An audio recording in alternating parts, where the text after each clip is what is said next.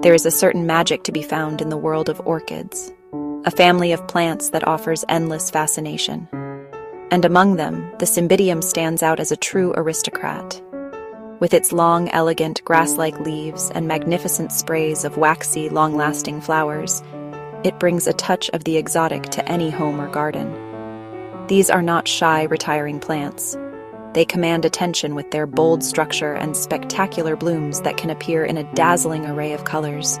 From the purest whites, softest pinks, vibrant greens, deep, moody burgundies.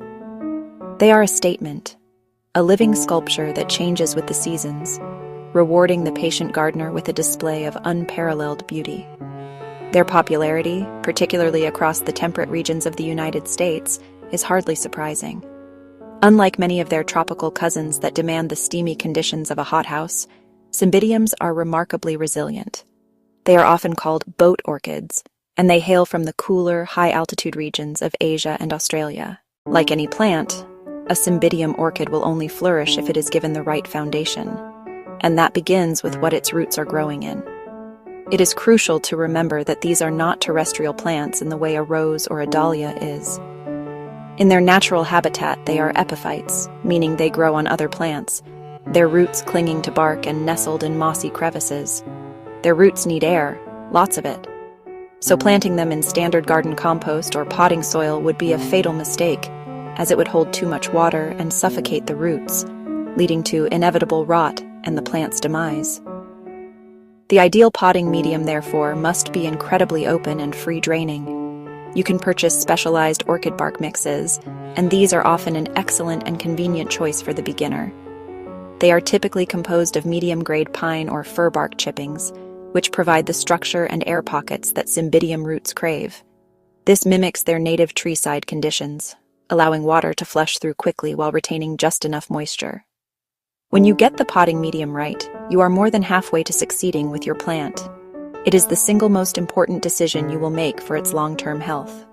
A good recipe is 2 parts medium bark, 1 part perlite, and 1 part charcoal. Perlite keeps the mix light and airy. Charcoal helps sweeten the mix by filtering impurities. When it comes to the pot itself, drainage is paramount. Ensure the pot has plenty of drainage holes, far more than a standard pot. Some growers even add extra holes to the sides to increase airflow. Do not be tempted to overpot your Cymbidium. They flower best when their roots are slightly constricted, so choose a pot that houses the root ball with only an inch or 2 of space around the sides. A snug home and an airy, open compost are the twin pillars of success, creating the perfect stage for your orchid to perform. Watering is perhaps the area where new orchid growers feel the most anxiety, but the principle for Cymbidiums is wonderfully simple. They enjoy a thorough drenching followed by a period of drying out. Think of it as a heavy mountain downpour followed by breezy, dry days.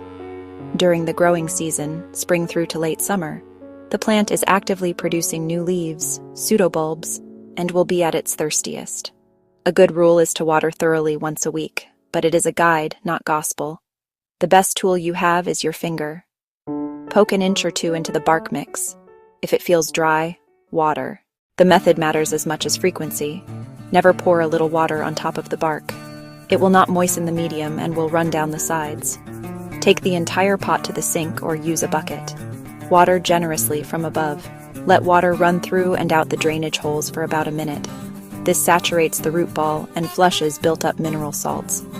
After soaking, let the plant drain completely. Never leave a Cymbidium sitting in a saucer of water. That invites root rot. Place it on a draining board or an empty rack. Wait 10 to 15 minutes until dripping stops. Then return it to its decorative pot or saucer. This wet and dry cycle keeps roots healthy, strong, and able to support the plant. A simple discipline that pays dividends. Cymbidiums are lovers of good, bright light, but they are not fans of harsh, direct, scorching sun. Finding the perfect balance is key to healthy leaves and flower spikes. Think of the dappled light filtering through a high-altitude forest canopy. During spring and summer, bright morning sun is perfect, but shield it from the intense heat of the afternoon. An east-facing window is often ideal indoors, or a spot under a high-branched tree, or on a porch with an overhang if outdoors. The ideal color is a light apple green or lime green. Very dark, lush green means too little light. Yellowing or scorched brown patches means too much. Move the plant until you see that vibrant apple-green hue. Temperature plays a vital role, especially in persuading your Cymbidium to flower. These orchids need a distinct drop between day and night, which is why they do so well when summered outdoors. Aim for a drop of at least 10 to 15 degrees Fahrenheit, or 5 to 8 degrees Celsius. If indoors year-round, move it to a cooler room at night in late summer and early autumn. As autumn deepens, this chill works the magic. You can keep them outside until first frosts are forecast. A few cool nights around 40 degrees Fahrenheit, or 5 degrees Celsius, often push spikes. Once spikes are visible, bring the plant to a cool, bright spot indoors. The reward for all your careful nurturing throughout the year is the glorious emergence of a flower spike. But how do we ensure this happens reliably, year after year?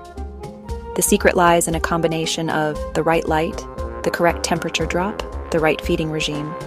Cymbidiums are hungry during their growing season. From spring until the end of August, feed regularly. Use a balanced high-nitrogen fertilizer at half strength every other watering.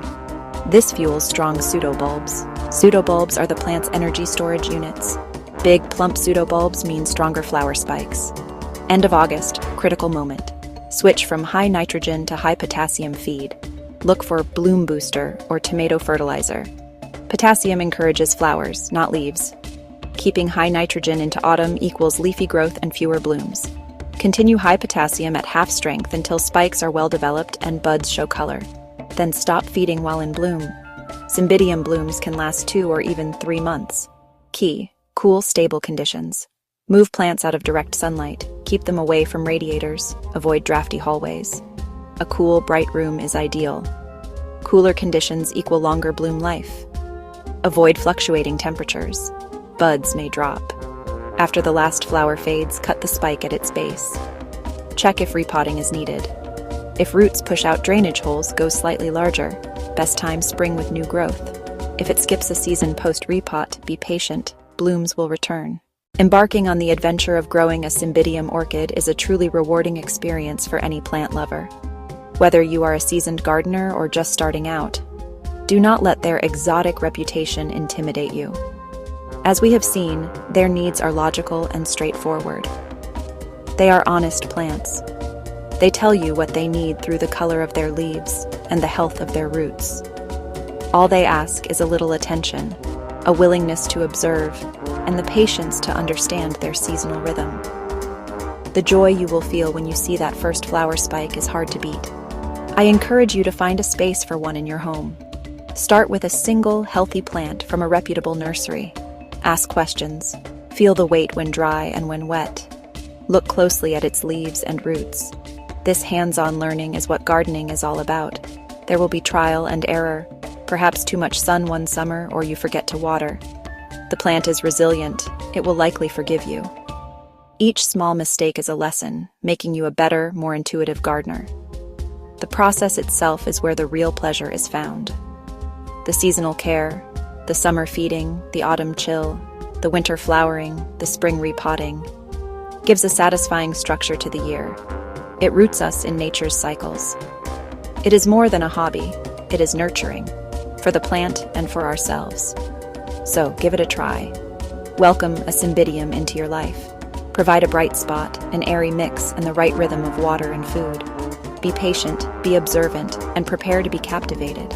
The long-lasting blooms will be a triumphant reminder of your success.